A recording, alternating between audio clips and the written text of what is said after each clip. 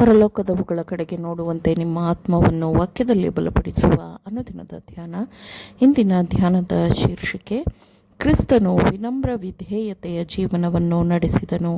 ಈ ದಿನದ ಸತ್ಯವೇದದ ವಾಕ್ಯ, ಹೀಗೆ ಆತನು ಮಗನಾಗಿದ್ದರೂ ಅನುಭವಿಸಿದ ಬಾಧೆಗಳಿಂದಲೇ ವಿಧೇಯತೆಯನ್ನು ಕಲಿತುಕೊಂಡನು.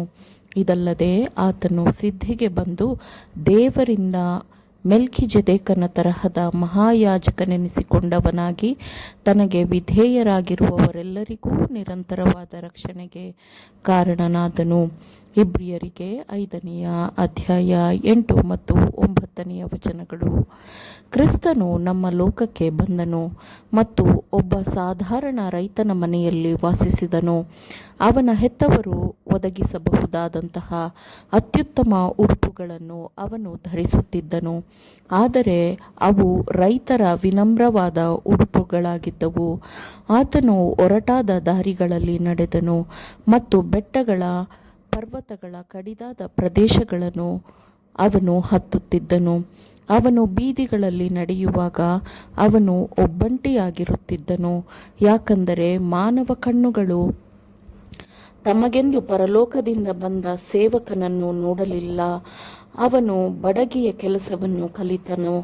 ಆ ಮೂಲಕ ದೇವರ ಮಹಿಮೆಗಾಗಿ ಏಕಚಿತ್ತದಿಂದ ಕೆಲಸ ಮಾಡುವ ಎಲ್ಲರಿಗೂ ಅವರ ಎಲ್ಲ ಪ್ರಾಮಾಣಿಕವಾದ ಕೆಲಸಗಳಿಗೂ ಗೌರವವನ್ನು ಉನ್ನತಿಯನ್ನು ಆತನು ಕೊಡುವವನಾಗಿದ್ದಾನೆ ಎಂದು ತೋರಿಸಿಕೊಟ್ಟನು. ಸಮಸ್ತ ಲೋಕದ ಪ್ರಭುವಾದ ಕ್ರಿಸ್ತನು ವಿನಮ್ರನಾದ ಕೆಲಸಗಾರನಾಗಿದ್ದನು. ಅವನನ್ನು ಗುರುತಿಸಲಾಗಲಿಲ್ಲ, ನಿರ್ಲಕ್ಷಿಸಲಾಯಿತು ಮತ್ತು ತಿರಸ್ಕರಿಸಲಾಯಿತು. ಆದರೆ ಅವನು ತನ್ನ ನಿಗದಿತವಾದ ಕೆಲಸವನ್ನು ಮತ್ತು ಅಧಿಕಾರವನ್ನು ಅತ್ಯುನ್ನತ ಬಲವನ್ನು ಹೊಂದಿರುವ ಪರಲೋಕದ ಸಾರ್ವಭೌಮನಿಂದ ಹೊಂದಿಕೊಂಡಿದ್ದನು. ಕ್ರಿಸ್ತನು ಜನಸಮೂಹಗಳ ನಡುವೆ ಅದ್ಭುತಗಳನ್ನು, ತನ್ನ ತಂದೆಯ ಕೆಲಸವನ್ನು ಹೇಗೆ ಮಾಡುತ್ತಿದ್ದನೋ ಹಾಗೆಯೇ ಬಡಗಿಯ ಕೆಲಸದಲ್ಲೂ ಅವನು ನಿರತನಾಗಿದ್ದ ಕಾರಣ ದೇವದೂತರು ಅವನ ಜೊತೆಯಲ್ಲಿದ್ದರು. ಆದರೆ ಅವನು ತನ್ನ ರಹಸ್ಯವನ್ನು ಲೋಕದಿಂದ ಮರೆಮಾಡಿದ್ದನು, ತನ್ನ ಸ್ಥಾನವನ್ನು ಜನರು ಅರ್ಥ ಮಾಡಿಕೊಳ್ಳಲಿ ಎಂದು ಅವನು ತನ್ನ ಹೆಸರಿಗೆ ಯಾವುದೇ ಉನ್ನತವಾದ ಬಿರುದುಗಳನ್ನು ಸೇರಿಸಿಕೊಳ್ಳಲಿಲ್ಲ. ಆದರೆ ಅವನು ದೇವರ ರಾಜಾಜ್ಞೆಯಂತೆ ಜೀವಿಸಿದನು. ತನ್ನ ದೈನಂದಿನ ರೊಟ್ಟಿಗಾಗಿ ಶ್ರಮಿಸುವ ವಿನಮ್ರವಾದ ಕೆಲಸವನ್ನು ಪರಿಶುದ್ಧಗೊಳಿಸುವ ಮೂಲಕ ಅವನ ಕೆಲಸವು ಪ್ರಾರಂಭವಾಗಬೇಕಿತ್ತು. ಕ್ರಿಸ್ತನು ತನ್ನ ಜೀವನವನ್ನು ದೊಡ್ಡ ಶ್ರೀಮಂತರ ನಡುವೆ ಕಳೆದಿದ್ದರೆ ಶ್ರಮಜೀವಿಗಳಿಗೆ ಇರಬೇಕೆಂದು ದೇವರು ಬಯಸಿದ್ದ ಸ್ಫೂರ್ತಿ ಮತ್ತು ಉತ್ತೇಜನದಿಂದ ಆ ಶ್ರಮಜೀವಿಗಳ ಗುಂಪು ವಂಚಿತವಾಗಿರುತ್ತಿತ್ತು. ಕ್ರಿಸ್ತನ ಜೀವನವು ಸೌಮ್ಯ ಮತ್ತು ದೀನತೆಯ ಜೀವನವಾಗಿತ್ತು.